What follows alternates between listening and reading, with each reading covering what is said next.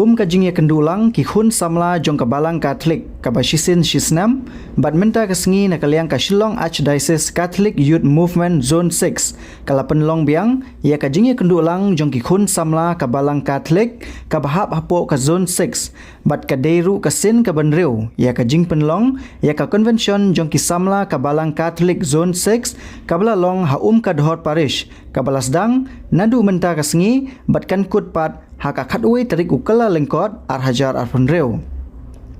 hakane kasengi pli perda jong ka Shillong Archdiocese Catholic Youth Movement jong ka Zone 6 kiladon hadu news pa tam kinongwan sa delegates lane kinongi shimbenta hakane ka youth convention ka banreu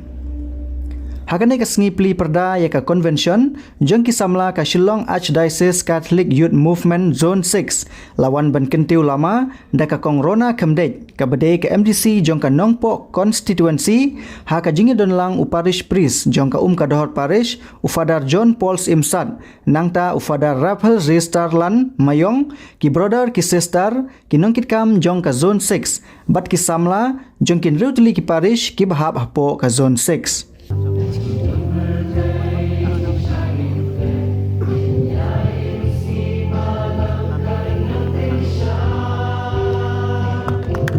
Ngendang trega kwinan ki sebab ketiakan jing in IT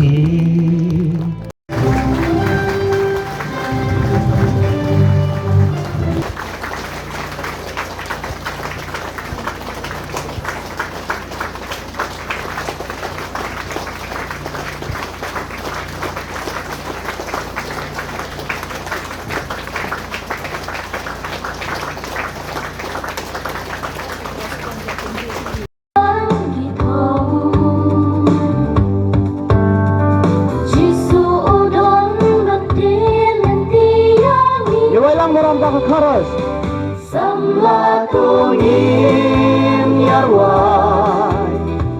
in yarisa kencing kuslai kalawai jong kabalang kejongi kasyong haki ki jong pi samla nadu mene la address ya ibak sirir yong ana balak temen ni kapor kejong ila yale ban contribute ban nok senyang na kabanta ngatarai kan ka youth convention ke jongpi mensuangi don ka RBCYL mo Riboy Youth Convention mentangi la cheni ka keteng ngatarai ka de ke chingelam jong kinela da kam de ke chingelam jong uba siril bat ka tim ke jong e ke tuki po ne kembali long namar ba ki don na ki baprat lenti ngakwa ba me piru pin long ki nong prat lenti kenang ba kani ka youth convention ka ba katno ka ba banriu kande ka youth convention ka banriu ka banyo kantang kam improve susu kantang kam itema kantang kam long lively kadang la ban krim sibun kisi